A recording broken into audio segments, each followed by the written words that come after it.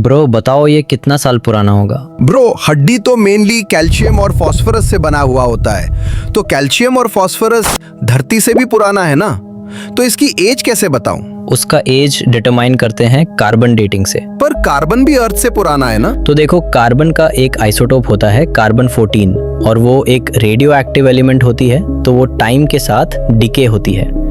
वो फॉर्म होता है जब कॉस्मिक रेज एटमॉस्फेयर में नाइट्रोजन 14 के साथ इंटरैक्ट करे। हाँ, ये कॉस्मिक रे कोई लाइट रे नहीं है, बल्कि ये हाईली एनर्जाइज्ड माइक्रोस्कोपिक पार्टिकल है जैसे प्रोटॉन, और ये आता है आउटर स्पेस से। तो लिविंग ऑर्गेनिजम्स अपनी लाइफ टाइम में कार्बन 14 एब्जॉर्ब करते रहते हैं वाया फूड एंड एयर। तो जब मर जाते हैं तब एब्जॉर्ब करना बंद कर देते हैं।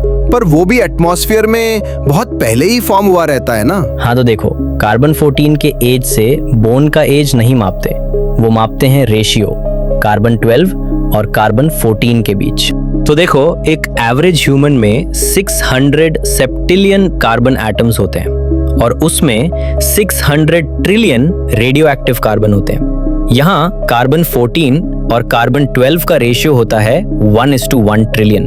तो कार्बन 12 एक स्टेबल एटम होता है और कार्बन 14 अनस्टेबल होता है और डीके होता रहता है। तो जब ऑर्गेनिज्म जिंदा है वो कॉन्स्टेंटली डीके हुए कार्बन 14 के जगह नया कार्बन 14 को रीएब्जॉर्ब करके उस रेशियो को मेंटेन करते रहते हैं। पर जब वो मर जाते हैं ऑर्गेनिज्म कार्बन 14 रीएब्जॉर्ब करना बंद कर देते हैं और ऐसे ही कार्बन 14 एटम डीके होकर नाइट्रोजन 14 में कन्वर्ट हो जाते हैं और कम होते जाते हैं।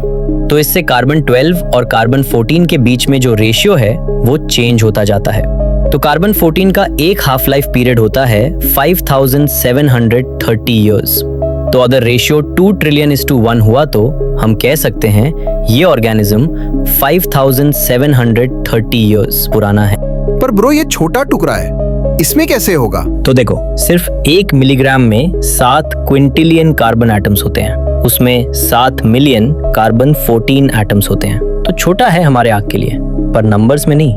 पर इससे सिर्फ 50,000 सालों तक का ही एज माप सकते हैं, क्योंकि 50,000 सालों में कार्बन 14 पूरा डीके हो जाता है।